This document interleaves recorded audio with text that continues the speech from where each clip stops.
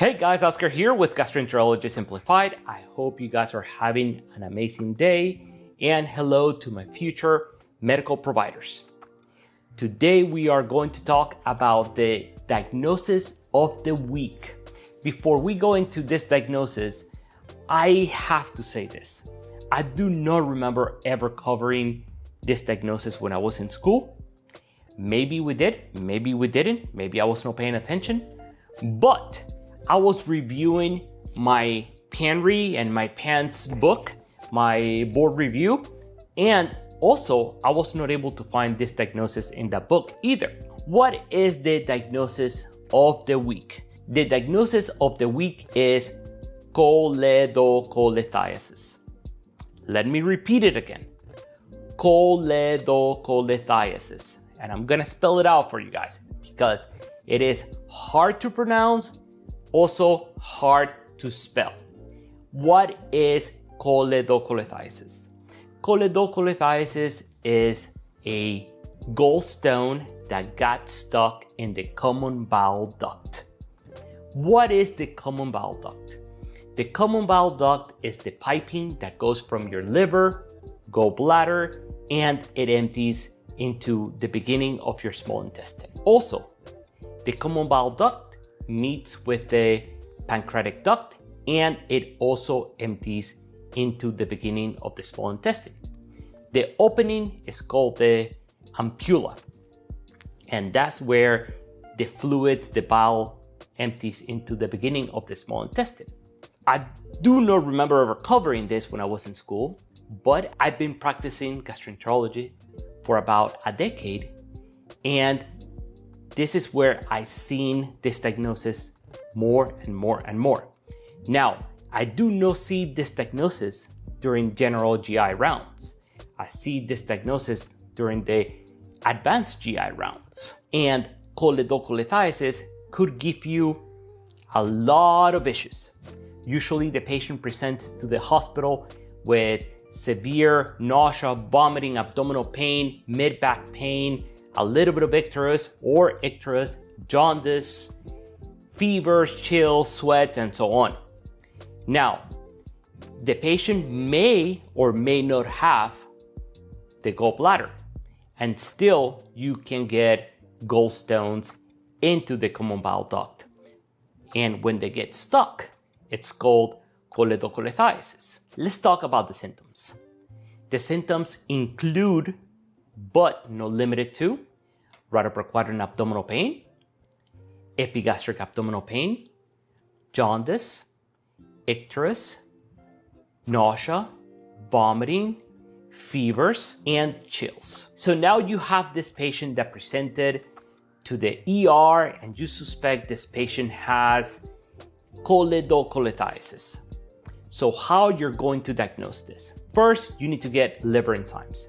It's going to give you the total bilirubin, alkaline phosphatase, AST, ALT. You need to get GGT levels. You need to also get an ultrasound of the right upper quadrant, which is the first line diagnostic tool to see if you have choledocholithiasis. The ultrasound of the right upper quadrant will give you the diameter of the common bile duct. It should state if it is dilated. It will also tell you that they suspect there is a gallstone stuck in the common bile duct. It may tell you that the patient has cholecystitis, which is inflammation of the gallbladder.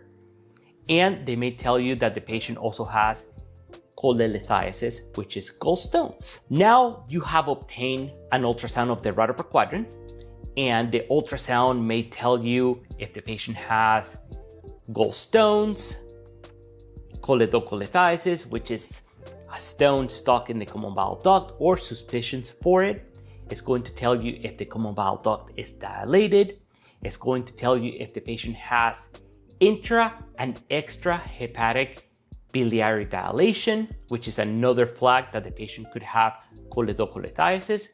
You gather that information, and you're also going to compare that information with your blood workup, which here we're going to get the liver enzymes, and likely you're going to have mildly elevated AST and ALT, but the total bilirubin will be significantly elevated, like around 3.5, 4.5, even 7.0 is going to be significantly elevated.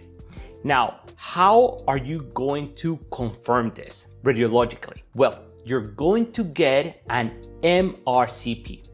An MRCP is an MRI of the abdomen, which focuses on the biliary tree, and it tells you if there is a stone in the common bile duct.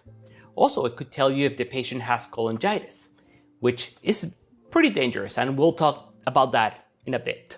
All right, so you get the MRCP, and the MRCP tells you the patient has choledocholithiasis, and the stone is in the common bile duct, and it is distally, and so on. All right, what are you going to do next? You're going to consult advanced GI, because advanced GI are the providers that do ERCP.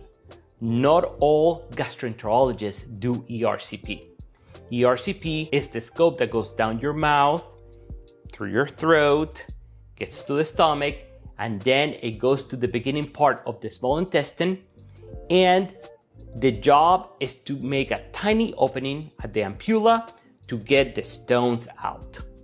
To keep that open, you usually put a stent, and then you remove the stent in about 3 months or so. Is to keep the pipes nice and open so the liver does not suffer. The ERCP will serve as two things: the diagnostic tool as well as the therapeutic tool. Meaning, it will give you the final answer, and it will also treat the issue. Now let's talk about the most common complications. I'm gonna give you two most common complications. Number one, cholangitis, which is an infection of the biliary tree, and this is very dangerous because the patient could go septic, and you don't want that at all. You need to start the patient on antibiotics right away if you suspect the patient has cholangitis. The second most common complication that I have seen is gallstone pancreatitis, and the pancreas is an organ that is extremely sensitive, and you have to make sure to treat the pancreatitis right away with aggressive IV fluids, because you don't want that pancreas to give you any issues later on with more complications. Let's go ahead and recap real quick on what you need to do to work this up real quick. And what you're going to do is get blood workup, liver enzymes. You're going to get CBC because you need to check for the hemoglobin, white blood cell count. You're also going to get CMP or BMP, which is going to give you sodium, potassium, the function of the kidneys. It's going to give you the BUN, and so on. So that's very important. You get the blood workup. You're going to get an ultrasound of the right upper quadrant. The ultrasound will give you the diameter of the common bile duct. It's going to give you a hint if the patient has choledocholithiasis, which is a gallstone that got stuck in the common bile duct. Then once you have that suspicion, you're going to compare the findings of the ultrasound with the findings of the liver enzymes. If the total bilirubin is pretty high, the ALT and the AST are somewhat elevated, you're going to proceed with an MRCP, which is an MRI of the abdomen. It will give you a specific picture of the biliary tree, and it will let you know if you have choledocholithiasis. Then you need to find the final diagnosis or the specific tool that is going to give you the ultimate answer and the therapeutic or treatment for it.